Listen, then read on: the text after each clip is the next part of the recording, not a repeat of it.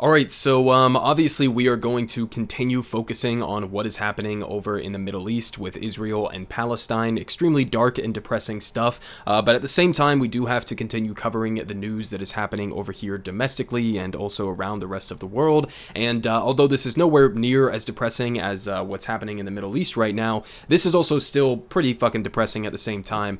We have to talk about Gavin Newsom, right, the California governor, because he has just been on an absolute tear over the last couple of weeks, both making some moves that are somewhat good and also making moves that I think are absolutely disastrous, right? So obviously you have to put all of this in the context that Gavin Newsom is very clearly gearing up for probably a 2028 presidential bid. He's already come out and said that he doesn't want to challenge Joe Biden in any way, shape, or form for the 2024 election, which honestly I think is probably a mistake for a lot of these other Democrats to not be challenging Joe Biden. I think he's an incredibly weak candidate that's going to risk a significant chance of Donald Trump winning re-election, but he said he's, put 2024 off the board, and but it's still very clear that he's going to have presidential ambitions for the future. So a couple of different things here, right? So obviously to start off, Dianne Feinstein, the late senator from California, who was approximately 798 years old and obviously died a couple of weeks ago after having a long bout with a bunch of different health ailments and obvious dementia and all of that. Gavin Newsom was, as the governor, tasked with picking the replacement to fill her seat until this upcoming election that is coming pretty soon takes place. And so, he made this promise where he said, I'm going to appoint a black woman to replace her if it comes to that in this position. And so obviously the front runner for that choice would be the person who is running in this election, Barbara Lee, who is a progressive candidate and has a whole litany of different progressive policies that she is in favor of, and was obviously sort of known for being the standalone vote against the war in Afghanistan. And so she seemed like she was the very obvious pick. But of course, Gavin Newsom, who doesn't really want to piss off a lot of his potential 2028 donors, went for a much more, let's just say, pro-corporate Democrat as his pick. So he picked this woman named LaFonza Butler, who apparently doesn't even live in California right now. She's off in, I think, Washington, D.C. or Maryland. And another pretty important piece of information here, as pointed out by Nathan Tankis on LaFonza Butler's track record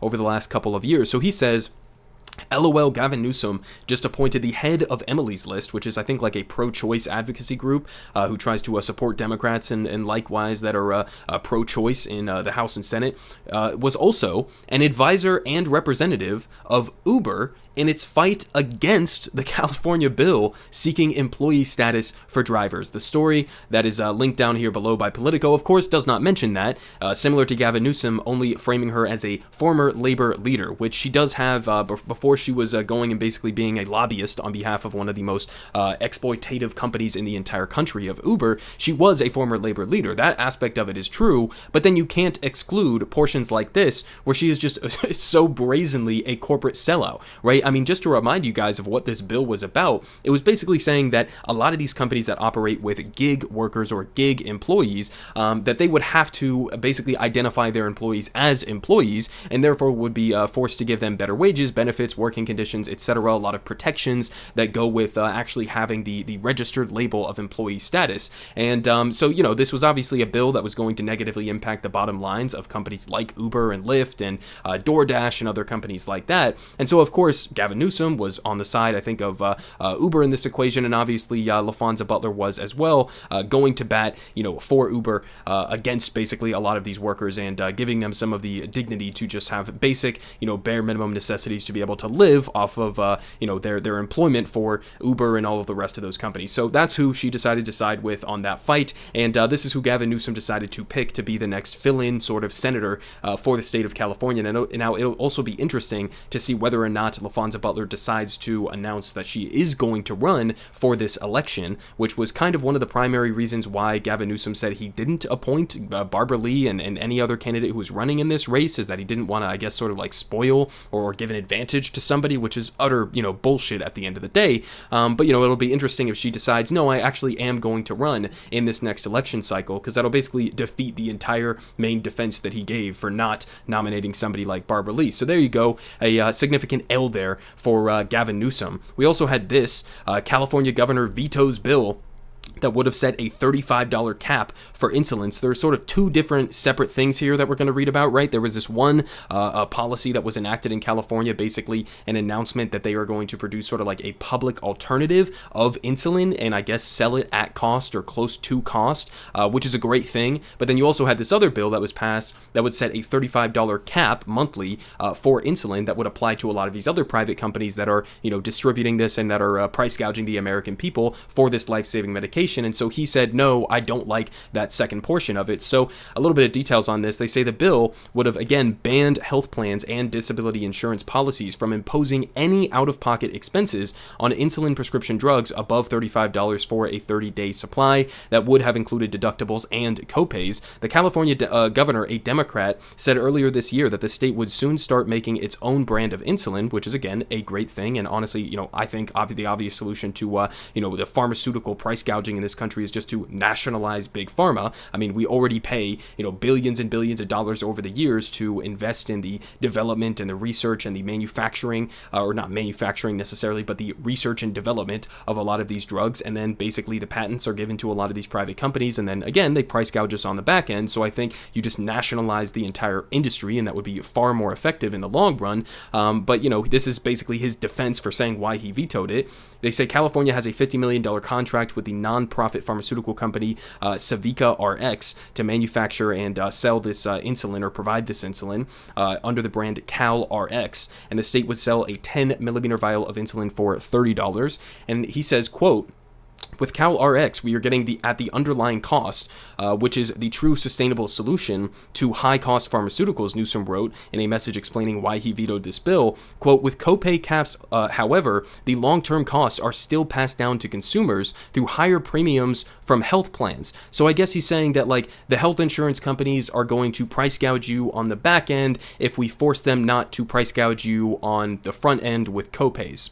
Doesn't seem like a very rational argument to me. Seems like, an argument against private health insurance at all, point blank period, or even private, for-profit pharmaceutical companies as well. But we had some pushback here from a fellow Democrat, Scott Wiener from San Francisco, who said a major setback that will keep tens of thousands of diabetic Californians trapped in a terrible choice between buying insulin and buying food. This is a missed opportunity that will force them to wait months or years for relief from the skyrocketing costs of medical care when they could have had it immediately, which again is another important point, because while I do think that the idea or the policy to make your own public brand of insulin and sell it close to cost is a great thing, the question is then, okay, how long is that going to take? Is this going to be a scale of months or years into the future that this is going to take to actually get up and running, where that's a viable option for people to have? And then by vetoing this bill, you're basically just allowing these companies to continue price gouging the people in your state for that foreseeable future. I mean, it's just, again, completely ridiculous, and I think that his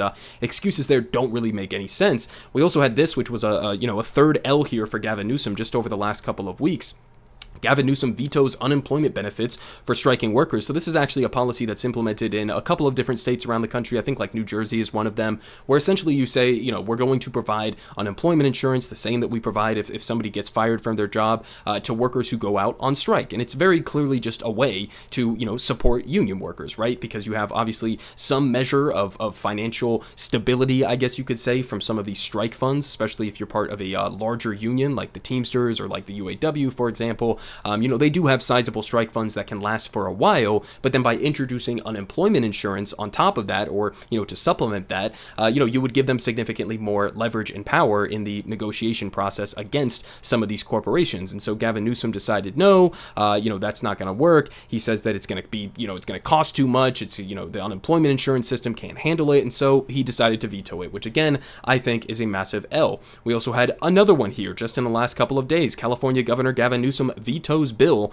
that would have decriminalized psychedelic mushrooms. So this wasn't even talking about legalizing it in terms of allowing it to be sold on like store shelves, which I think you should be able to do, right, with mushrooms. I mean, we're not talking about like, selling heroin on store shelves or like, crack or something like that. No, we're literally talking about mushrooms, right? I've taken mushrooms myself. I know plenty of people who have taken mushrooms throughout their lives. It's nowhere even remotely close to as dangerous as something like cigarettes or alcohol. I mean, it's not even comparable to those drugs that are, legalized for people over a certain age in this country and in California as well. So, I mean, again, there's no real justification for not legalizing it, but this wasn't even going that far. This is just saying decriminalizing it, and he vetoes that. And I mean, again, like, what is the justification here? Here's what he said. He said, California should immediately begin work to set up regulated treatment guidelines replete with dosing information, therapeutic guidelines, rules to prevent against exploitation during guided treatments, and medical clearance of no underlying psychosis. Unfortunately, this bill would decriminalize possession prior to these guidelines going into place, and I cannot sign it. I mean, again, all of those things, yeah, you should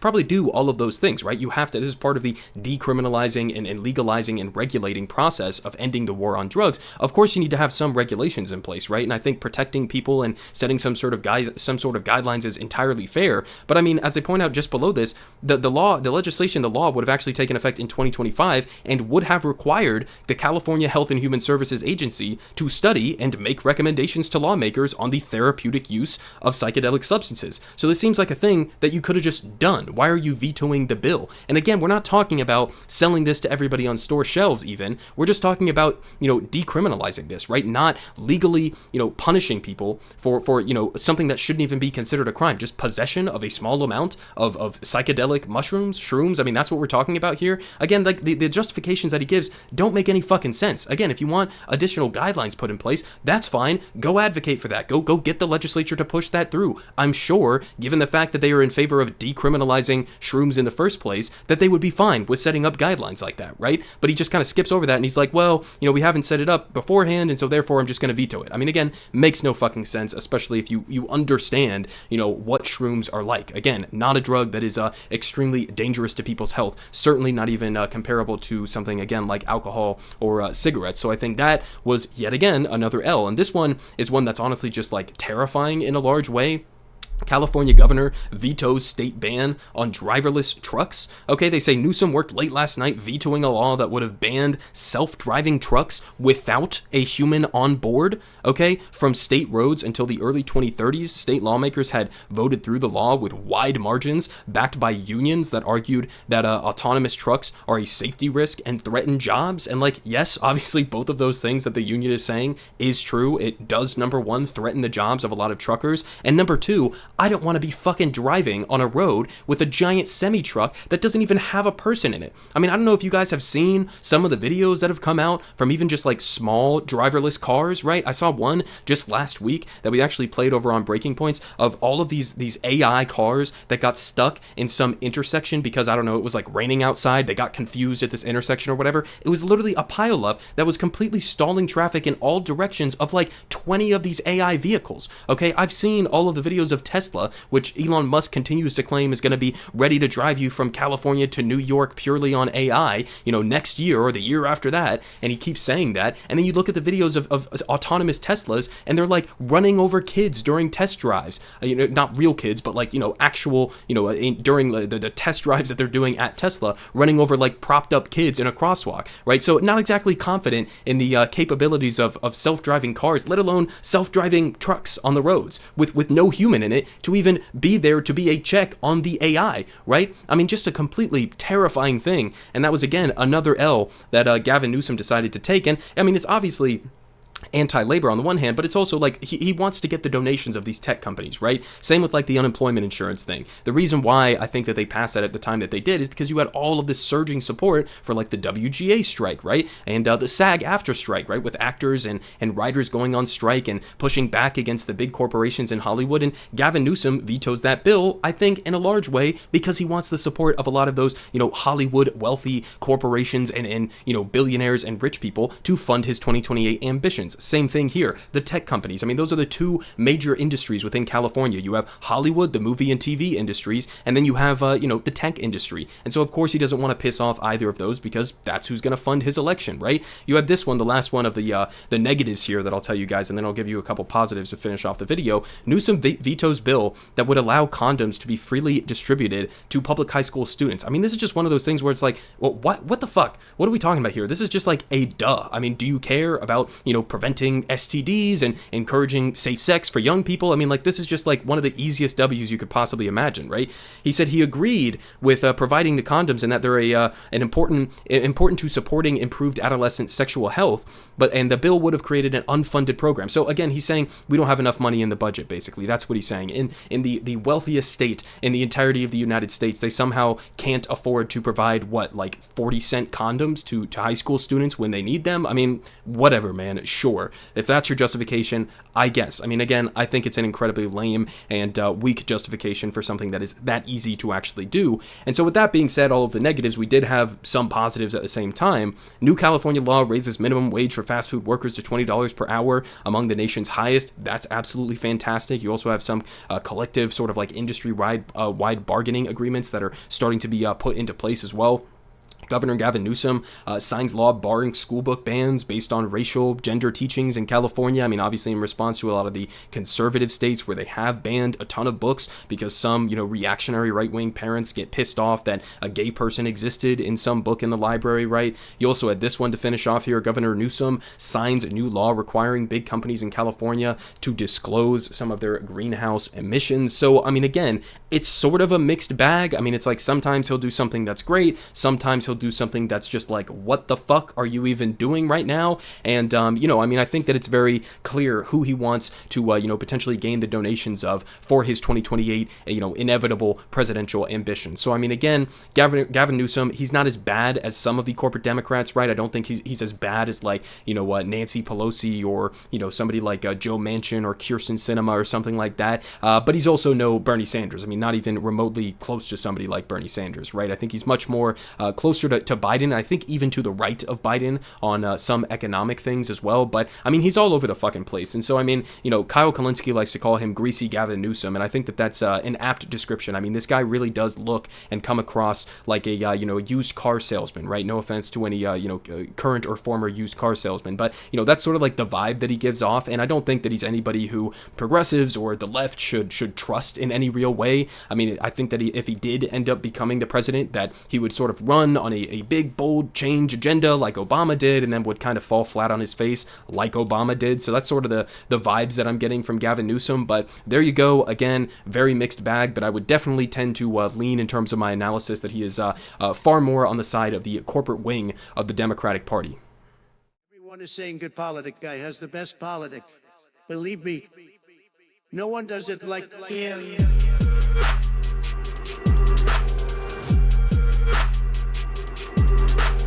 Believe me,